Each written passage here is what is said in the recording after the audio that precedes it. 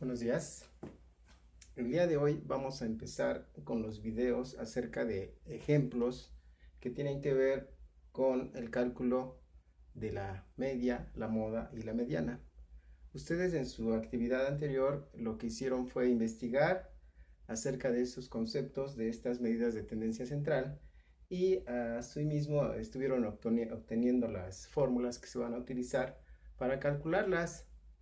En este caso, este ejemplo se refiere al promedio o media, que ustedes saben hacerlo, lo han hecho muchísimas veces para obtener su promedio de calificaciones o promedios diversos.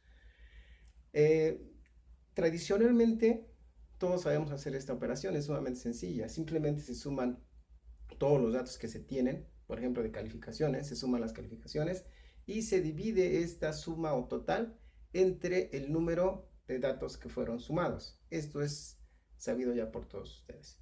Sin embargo, cuando se trata de un análisis estadístico más profundo, no basta con hacerlo de esa forma, sino que se han creado otro método, se han creado fórmulas y procesos que son más profundos, más detallados y también un poco más laboriosos de hacer. Pero esta es la forma en que se debe de hacer ya de manera estadísticamente formal. Entonces vamos a ejemplificar primeramente qué es la media. La media es el dato que digamos que manifiesta de una manera general o da de una manera general el comportamiento de ciertos datos. Aunque no siempre es muy certera. ¿Por qué? Me gustaría que observaran sus ejemplos que vienen ahí en su libro, en el cálculo de medias. Vienen alrededor de 3 4 ejemplos, donde viene calcular, por ejemplo, el promedio de sueldos y se tienen, por ejemplo, 5 trabajadores, en donde un trabajador gana, por ejemplo, 5,000 pesos mensuales, otro gana 1,500, otro gana 500 pesos mensuales, otro 300 y otro 200 pesos mensuales. Si nosotros sacamos el promedio de esos sueldos, veremos que nos va a dar una cifra que está muy alejada de la mayoría de ellos. Ajá. ¿Por qué? Porque tenemos un dato que está muy disparado, que es el de 5,000 pesos, y hay otro que está muy bajo, que es el de 200 o 300 pesos. O sea, el promedio no siempre nos va a dar exactamente una visión general, sobre todo cuando se tratan de datos que son muy diferentes unos de otros, en cuanto a los valores. Bueno, entonces el ejemplo que les voy a explicar, este ejemplo ustedes lo van a transcribir a su cuaderno desde el planteamiento del problema y toda la resolución, y va a ser motivo de evaluación. Y después les voy a requerir unos ejercicios que les diré en la tarea exactamente cuáles son. Bueno, el problema se trata de calcular la media o promedio de la situación que se va a analizar. Es el número de veces que consumen al mes embutidos las familias de un grupo que está integrado por 30 alumnos. Y entonces, este es el número de veces que consumen embutidos al mes. El primer alumno o en su familia consume 8 veces al mes, el siguiente 6, el siguiente 5, 2, 1, etcétera, etcétera. Recuerden que los embutidos son salchichas, jamón, longaniza, mortadela, etcétera. Entonces, son un número de veces que se consumen. Seguramente ustedes también las consumen mucho. ¿Por qué? Por las cuestiones de la facilidad para poder utilizarlos. Bueno, tenemos los datos desordenados primeramente. Y el primer paso que tenemos que hacer, y ustedes ya lo saben hacer, precisamente ya lo vimos en clase, ordenarlos de manera, en este caso, ascendente. Ya los ordené, por motivos de tiempo tuve que hacerlo primero, porque si no el video se alarga muchísimo y es muy difícil subirlo a la red. Bueno, tenemos ya todos los datos ordenados de menor a mayor.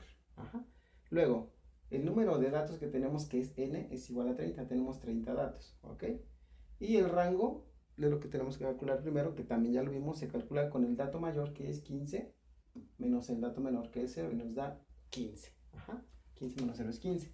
El número de clases o intervalos que vamos a hacer lo calculamos con la raíz cuadrada de n. La raíz cuadrada de n es 30, la raíz cuadrada de 30, que me da 5,4. Lo redondeo al número más cercano, en este caso es el 5, se baja 5, va a ser el número de clases. Recuerden que hay otras reglas, ¿no? Ahí está la regla de Storch, la experiencia, etcétera. El número de clases ya vimos que depende de cada persona, pero nosotros vamos a tratar de unificarlo en la raíz cuadrada del número de datos. Y nos quedó 5. Bueno, el ancho de clase, que significa cuánto de qué tamaño va a ser el intervalo, se calcula con el rango entre el número de clases. El rango ya lo tuvimos 15, el número de clases 5 y nos queda 3. Y con estos datos vamos a proceder a hacer nuestra tabla. Ajá. En la primera columna de la tabla colocamos el número de clase, que ya vimos que son 5, número de clase 5, entonces 1, 2, 3, 4 y 5. Y después vienen los límites inferiores y los límites superiores. El límite inferior se va a iniciar con el dato que se tenga menor, y el dato menor que tenemos es 0. Empezamos con ese. Después, recordemos que el límite superior se calcula sumando al límite inferior el ancho de clase, restándole después 1. Entonces 0 más 3, 3 menos 1, 2. Ajá. Y este otro, el que sigue, el siguiente límite inferior de la segunda clase, simplemente se puede hacer sumando el ancho de clase. 0 más 3, 3. De una vez voy a poner nosotros 3 más 3, 3 más 3, 6. 6 más 3, 9 y 9 más 3, 12. Estos son los límites inferiores, simplemente sumando al límite inferior anterior el ancho de clase. 3, 6, 9, 12. A todos se les va sumando 3, que es el ancho de clase. Y ya vimos que este quedó 2, y después este otro límite superior se obtiene restándole una unidad al límite inferior de la siguiente clase. 6 menos 1, 5, 9 menos 1, 8, 12 menos 1, 11. Y aquí, si observamos, tendríamos que hacer, para obtener el límite superior, 12 más 3 menos 1, que me quedaría 12 más 3, 15 menos 1, 14. Pero si yo coloco aquí el número 14, tendría un dato que no se estaría contemplando dentro del análisis. Y ya habíamos visto algún ejercicio en donde sucedía esta situación, por lo cual de alguna forma cambiamos este número que debería de ser 14 de acuerdo a la fórmula, lo cambiamos por 15 para poder contemplar el número 15 que se tiene de este lado, y ya se puede clasificar y contar. La marca de clase, recuérdenlo, es la siguiente columna, se hace sumando el límite inferior con el límite superior y dividiendo entre 2. 0 más 2, 2, entre 2, 1. 3 más 5, 8, entre 2, 4. 6 más 8, 14, entre 2 igual a 7. 9 más 11, 20, entre 2 igual a 10. 12 más 15, 27, entre 2 igual a 13.5. Frecuencia absoluta. La frecuencia absoluta es el número de veces que se presenta el dato en el análisis que se está haciendo, en la lista de datos. Entonces, vemos en el intervalo de 0 a 2 cuántas veces se presenta el dato. Y entonces vemos en los datos ordenados de 0 a 2 tenemos 1, 2, 3, 4, 5, 6 y 7. El 3 ya no entra porque dice que es de 0 a 2. Y tenemos 7 datos que se presentan en ese rango, en ese intervalo, perdón. Y le ponemos aquí frecuencia absoluta 7. Después vamos con el siguiente intervalo, que va de 3 a 5. Entonces contamos 1, 2, 3, 4, 5, 6, 7, 8. 8 veces se presenta entre el 3 y el 5. Y le ponemos aquí frecuencia absoluta 8. Posteriormente, la siguiente clase o siguiente intervalo va de 6 a 8. Y entonces empezamos aquí 1, 2, 3, 4, 5, 6, 7, 8, 9. 9 veces se presenta entre el 6 y el 8. Y aquí está el número 9 en frecuencia absoluta. Posteriormente, el siguiente intervalo abarca del 9 al 11. Y entonces tenemos 1, 2, 3, 4 datos entre el 9 y el 11. Sí, 4 datos entre el 9 y el 11. Aquí está, frecuencia absoluta. Y finalmente, entre el 12 y el 15, ¿cuántos datos existen? 12 y 15, nada más hay 2 datos, que son el 12 y el 15, y entonces frecuencia absoluta 2. Para comprobar que nuestro conteo de frecuencias ha sido correcto, lo que podemos hacer es sumar las frecuencias absolutas de cada intervalo, y tienen que estar contemplados todos los datos, y por lo tanto tienen que dar igual a 30, que es el número de datos. Entonces 7 más 8, 15, más 9, 24, más 4, 28 y 2 nos da 30. Este símbolo representa una sumatoria de f, es decir, la sumatoria de las frecuencias absolutas. Sumatoria de todas estas me da 30, por eso está este símbolo. Bien, ahora, El siguiente paso es calcular el producto de la marca de clase por la frecuencia absoluta, que sería MI es la marca de clase, FI es la frecuencia absoluta. Entonces MI por FI va a seguir en la siguiente columna. Va a ser entonces 1 por 7, 7, 4 por 8, 32, 7 por 9, 63, 10 por 4, 40 y 13.5 por 2 me da 27. Y para calcular la media o promedio en datos agrupados, necesitamos hacer esta sumatoria del producto de la marca de clase por la frecuencia absoluta. Se hace la sumatoria y tenemos aquí este símbolo. Sumatoria de la marca de clase por la frecuencia. De todas las marcas de clase por la frecuencia. La I me representa a todos los datos. ¿Sí? Y al hacer esta sumatoria me queda, confírmenlo con su calculadora, me queda 169. Ajá. Y la fórmula que ustedes obtuvieron en su cuestionario para la media de datos agrupados de una población